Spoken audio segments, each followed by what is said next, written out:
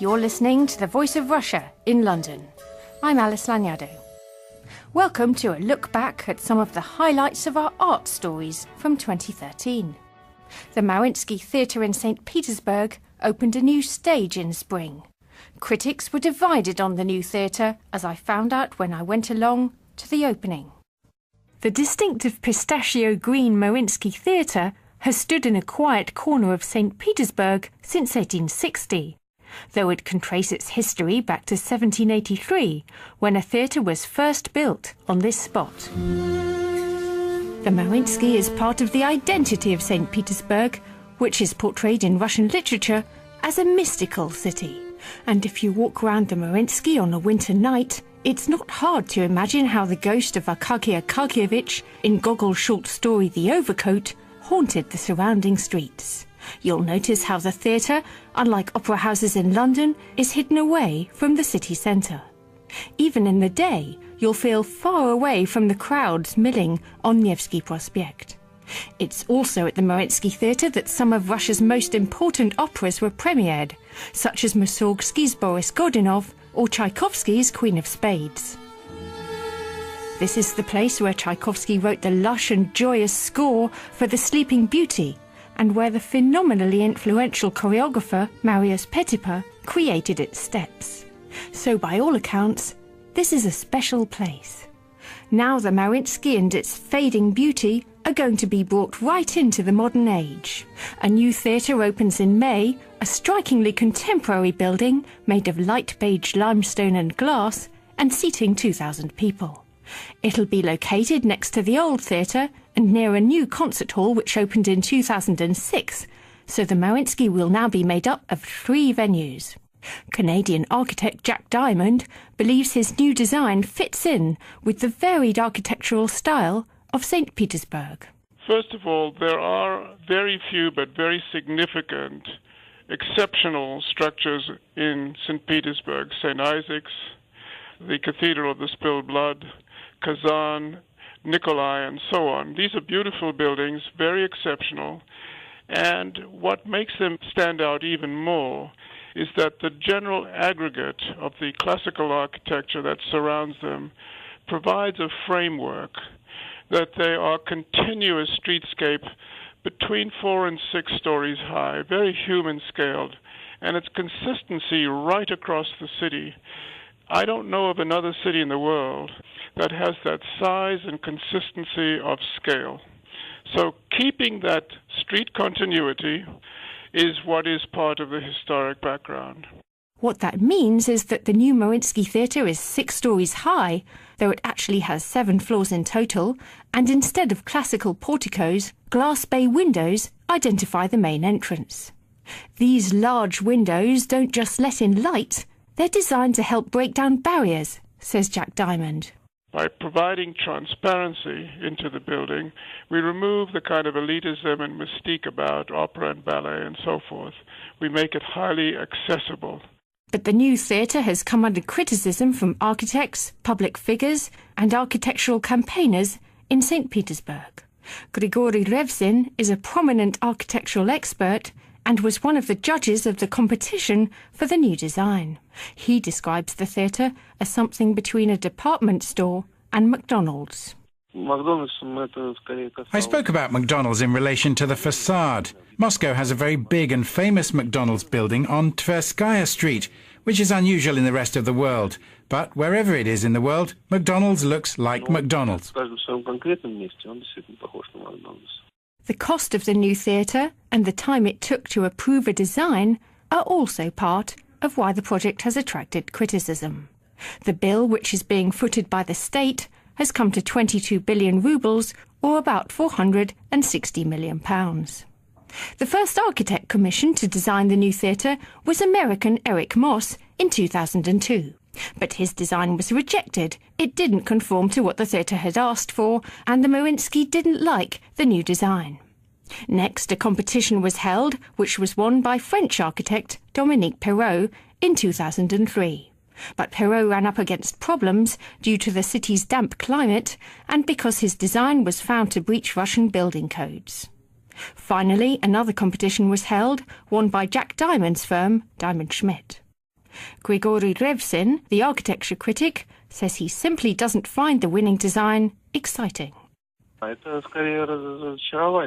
main failure is that it's a very ordinary building and there's nothing interesting about it. It's grey and boring architecture, and there's so much of it. This kind of architecture occupies a huge part of the city, and this is very unpleasant.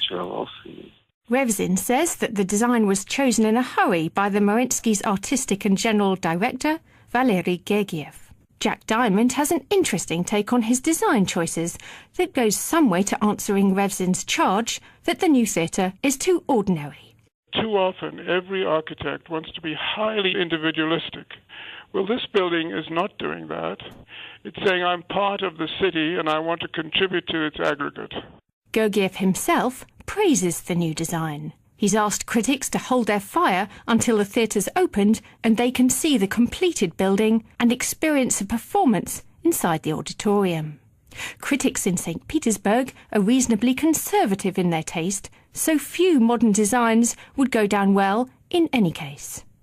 And history shows a long line of new buildings that have been criticised when they first opened, from the Eiffel Tower in Paris to the Guggenheim Museum in New York, both now firm favourites.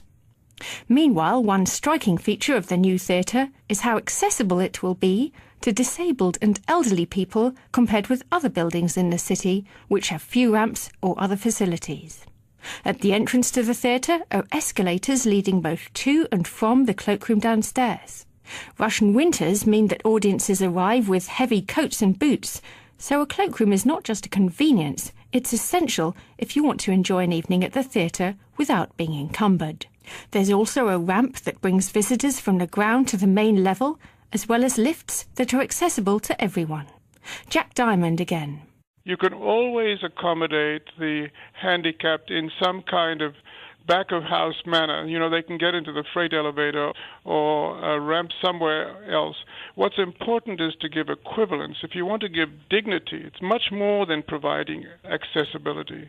It's providing an accessibility that the able-bodied would choose. The test of whether the new Mariinsky works will not be how it looks from the outside, but what audiences experience. Diamond says that the new theatre will have good sightlines from every seat, so there won't be anyone struggling to see the stage, as happens in some older theatres. It's yet to be determined how singers, music critics and audiences will rate its acoustics. Mariinsky director Valery Gergiev says they're excellent, and Jack Diamond stresses that he doesn't take the issue lightly. Critics and fans alike will be able to finally make up their minds on opening night on the 2nd of May. Gergiev will conduct a glamorous gala concert featuring an array of stars including Placido Domingo, Yuri Bashmet, Uliana Lopatkina and Anna Netrebko. And that's followed by 2 more days of opera and ballet. But in the early hours of the morning, after the opera soloists have taken off their makeup, the stage sets dismantled, and the thousands of eager guests sent home, there will still be a mysterious, otherworldly atmosphere on Theatre Square. This is The Voice of Russia in London. I'm Alice Lagnado. This was also a year in which sexism in the world of classical music was a hot topic. I invited music journalist Jessica Duchesne into the studio to talk about the subject. I began the conversation by asking Jessica how ingrained sexism is in the classical music world. I think the classical music world in the UK is absolutely riven with sexism. It was something that came home to me very much the other week when I attended the Gramophone Awards, which is like the Oscars of classical music. There was one woman chief winner among all the awards, and she wasn't actually there. So when all the winners took the stage for their photograph, there was this row of basically white men in suits. Most of them are fantastic musicians. They all deserve their prizes. But I looked at that row and I thought there is something not right about this, because there are so many fabulous women musicians who are just not getting the recognition they deserve because they are seen by the industry as objects, as primarily visual aids, if you like, to something, when classical music is an art that is led by what you hear, not by what you see. Is that to do with record sales, with the promoters trying to get CDs sold and therefore put a sexy picture on the cover? I think there's a lot of that, yes. It's interesting that the one woman who did win an award actually didn't have her picture on the front of her CD. But I can't recall the last time I saw a woman soloist on stage who wasn't sort of sleek and maybe not size 0, but certainly probably not more than a size 8. Do female musicians and singers feel under more pressure, do you think, because of celebrity culture? I think celebrity culture has a very pervasive effect on this industry, as everywhere in society. But I have had the feeling recently that it is getting worse in classical music. I find it very pernicious that people who are really at the level where they should be at the top of their profession are getting overlooked. Are men becoming affected by this too? Or largely is it the case that you can look like an ogre and still be a success as a man in the classical music world? Yeah, you can look like an ogre and still be a success as a man, definitely. There are some very good-looking male musicians around. There's this young guitar player called Milos, who is drop-dead gorgeous, according to everybody. And Jonas Kaufmann is not only a fabulous singer, he also looks $1 million. And that's lovely, but they are not the rule, they are the exception. Does it get better once women have established themselves in classical music? Does it get better once you've reached a certain age, say you're a Wagnerian singer and you've made your name? After about the age of 50, there's a sort of whittling out process. If you stay the course and you are really fantastic at whatever your chosen métier is, then there comes a point where you get sort of elevated to grande dame status. So most people, if pushed to name the greatest pianist on earth, they might name Sokolov, but they probably even more likely would say Marta Argerich, who's now in her 70s, or Mitsuko Uchida, who's 63. But if you take people like Imogen Cooper and Angela Hewitt, who are both fantastic musicians, really very, very classy pianists indeed, they had to struggle for years before really getting the recognition they deserved. You know, we're probably into their 50s before they've become household names in a way for the musical community. That was Jessica Duchesne talking to me about sexism in classical music. Finally, as Orthodox Christmas approaches, we turn to the Russian Church. For some, the Russian Orthodox Church is about grandeur and officialdom, lavish Easter processions in Moscow, formal meetings between the head of the church, Patriarch Kirill, and President Vladimir Putin, or staging funerals for Russian celebrities. But far away from the well-dressed crowds, a growing number of Orthodox priests are fulfilling a different kind of mission. They're quietly carrying out vitally needed social work in their parishes. Russian parishes became more involved in charitable work from the 1860s, amid wider reforms and a spirit of grassroots initiatives during this era. Under communism, the church's activities were severely limited. It was banned by law from carrying out charity work. But today, some years after the collapse of communism, some priests are determined to make social projects a key part of their work. Alexander Stepanov is a former physicist from St Petersburg who became a priest in 1992. I went to visit Father Alexander in his small and friendly church on Vasilyevsky Island in the historical centre of the city.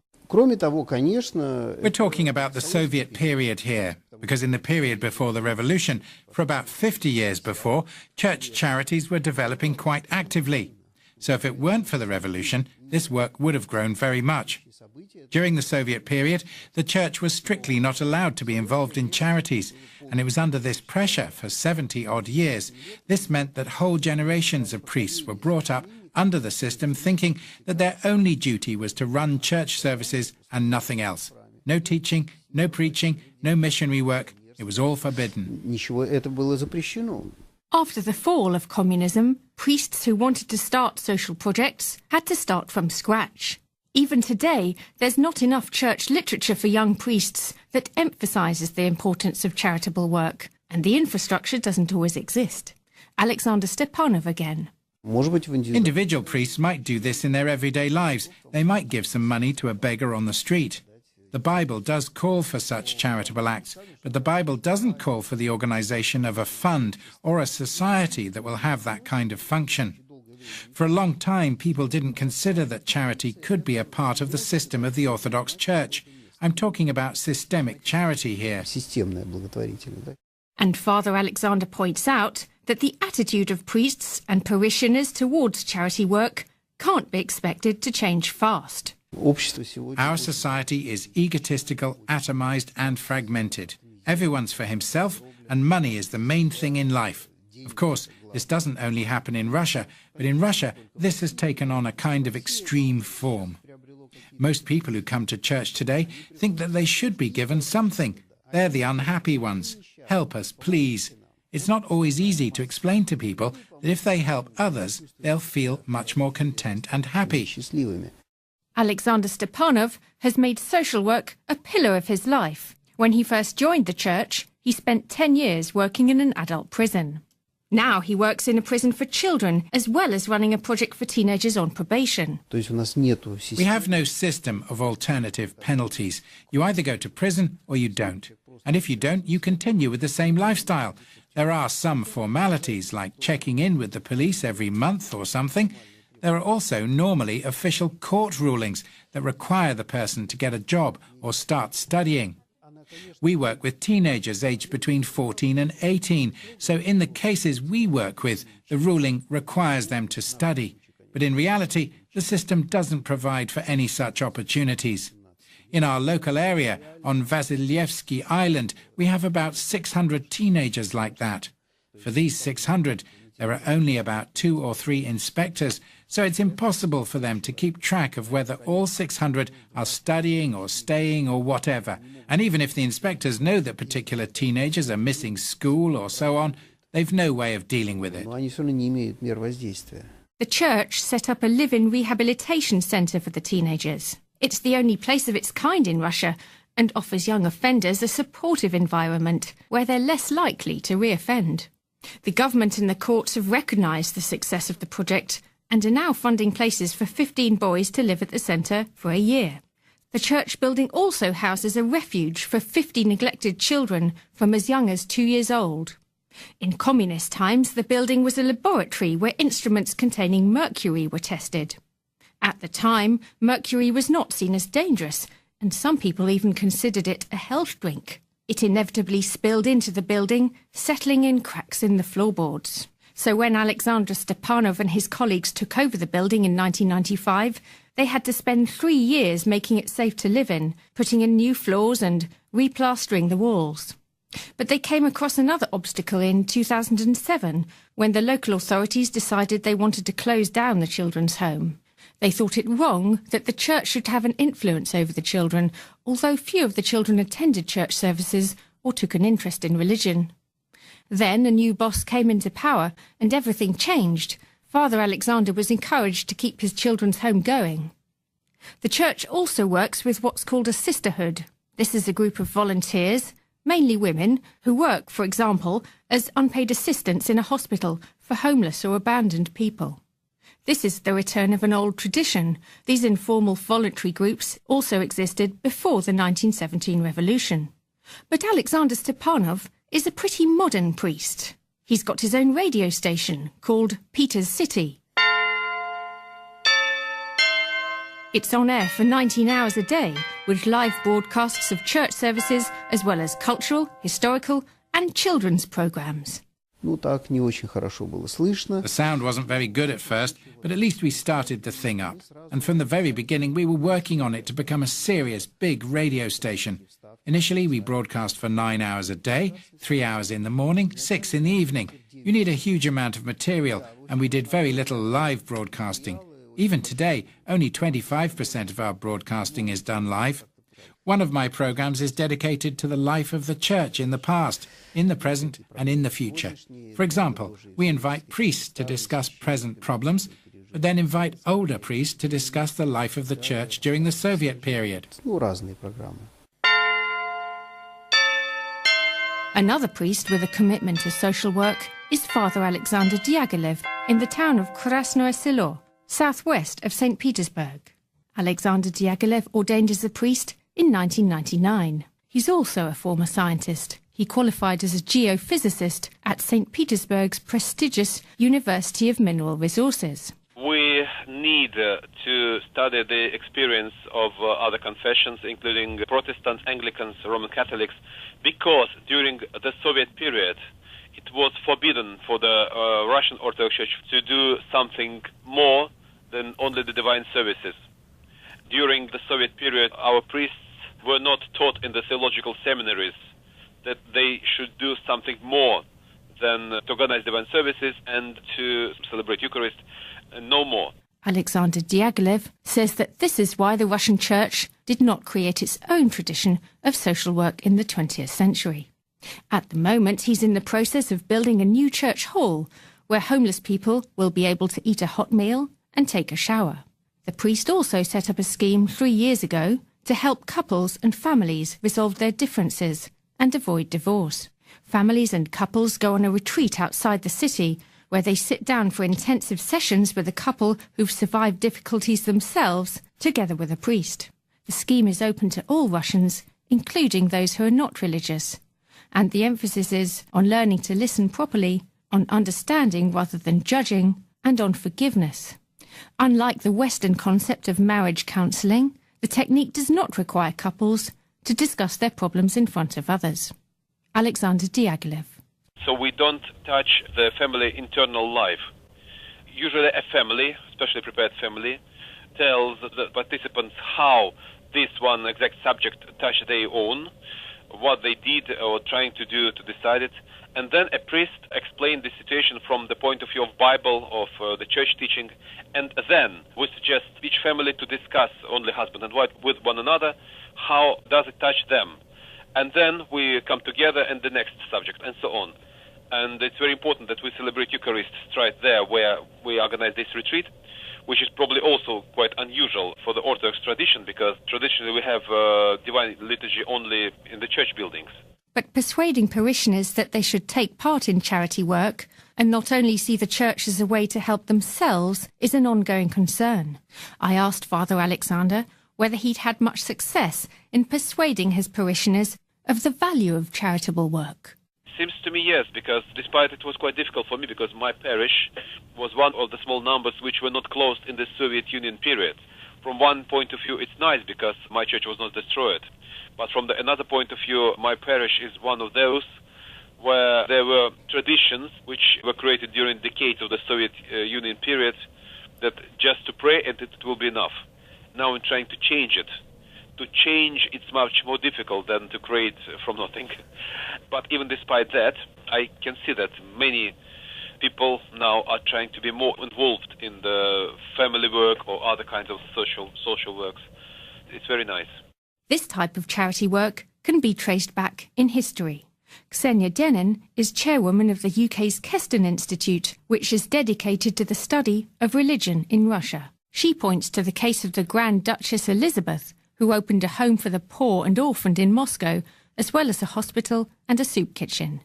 Elizabeth turned to social work after the murder of her husband, Grand Duke Sergei, the fifth son of Tsar Alexander II of Russia, in 1905. Before then, charity was often an individual matter. I think it was the custom by the late 19th century amongst the educated, the upper echelons of Russian society, to do charitable things like founding hospitals, founding schools.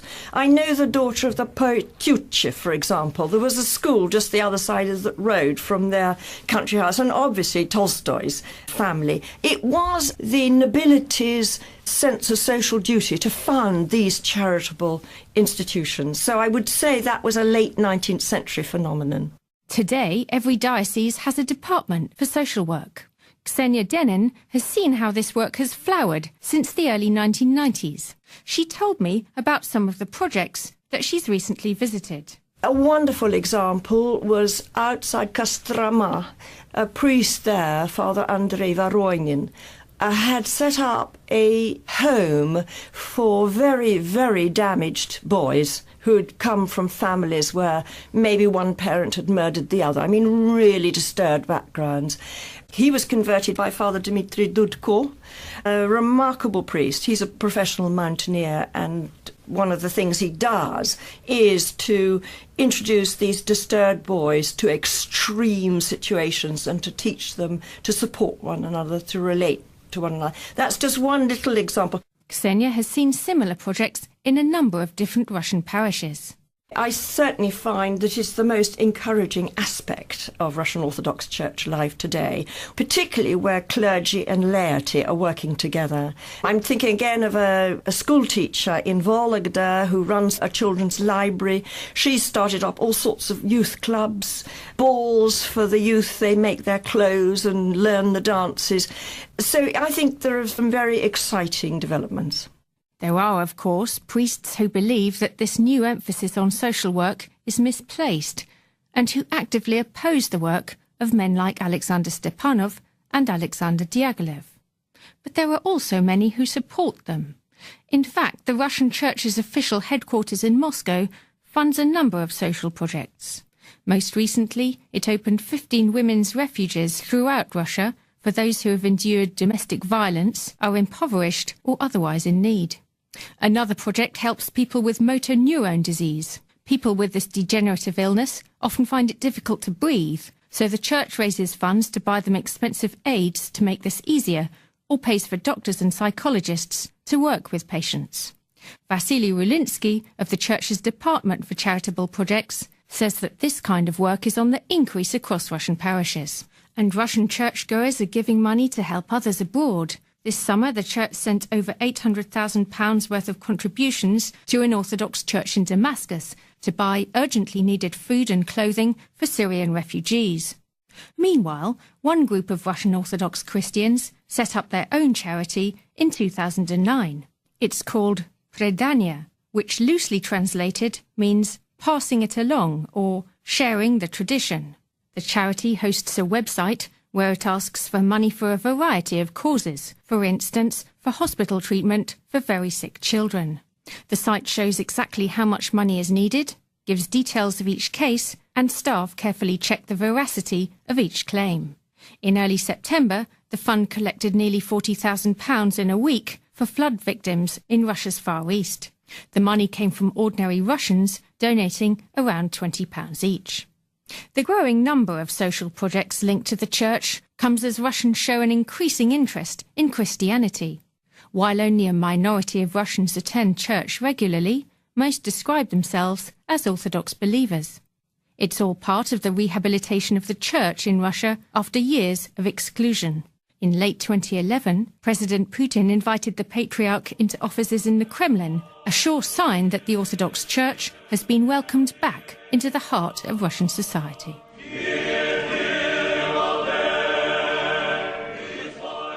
This is the Voice of Russia in London. I'm Alice Lagnado, and you've been listening to a special report from St Petersburg.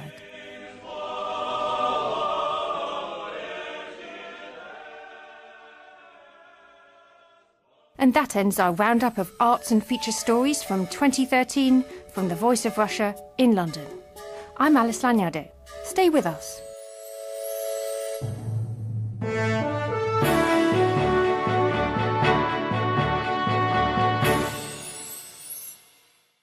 Iinsky and its fading beauty are going to be brought right into the modern age. A new theatre opens in May, a strikingly contemporary building made of light beige limestone and glass and seating 2,000 people. It'll be located next to the old theatre and near a new concert hall which opened in 2006, so the Iinsky will now be made up of 3 venues. Canadian architect Jack Diamond believes his new design fits in with the varied architectural style of St Petersburg.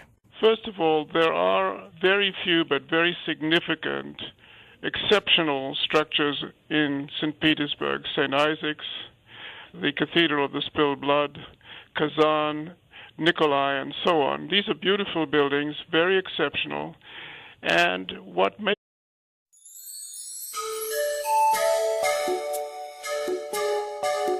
You're listening to the Voice of Russia in London. I'm Alice Lagnado. Welcome to a look back at some of the highlights of our art stories from 2013. The Iinsky Theatre in St Petersburg opened a new stage in spring. Critics were divided on the new theatre, as I found out when I went along to the opening. The distinctive pistachio green Mariinsky Theatre has stood in a quiet corner of St Petersburg since 1860, though it can trace its history back to 1783, when a theatre was first built on this spot. The Mariinsky is part of the identity of St Petersburg, which is portrayed in Russian literature as a mystical city. What makes them stand out even more is that the general aggregate of the classical architecture that surrounds them provides a framework, that they are continuous streetscape between 4 and 6 stories high, very human-scaled, and its consistency right across the city.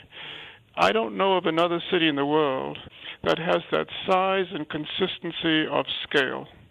So keeping that street continuity is what is part of the historic background. What that means is that the new Mariinsky Theatre is 6 stories high, though it actually has 7 floors in total, and instead of classical porticos, glass bay windows identify the main entrance. These large windows don't just let in light, they're designed to help break down barriers.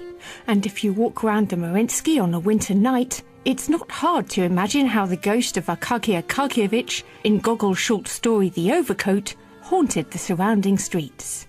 You'll notice how the theatre, unlike opera houses in London, is hidden away from the city centre. Even in the day, you'll feel far away from the crowds milling on Nevsky Prospect. It's also at the Mariinsky Theatre that some of Russia's most important operas were premiered, such as Mussorgsky's Boris Godunov or Tchaikovsky's Queen of Spades. This is the place where Tchaikovsky wrote the lush and joyous score for The Sleeping Beauty, and where the phenomenally influential choreographer Marius Petipa created its steps. So by all accounts, this is a special place. Now says Jack Diamond. By providing transparency into the building, we remove the kind of elitism and mystique about opera and ballet and so forth. We make it highly accessible. But the new theatre has come under criticism from architects, public figures and architectural campaigners in St Petersburg. Grigory Revzin is a prominent architectural expert and was one of the judges of the competition for the new design. He describes the theatre as something between a department store and McDonald's.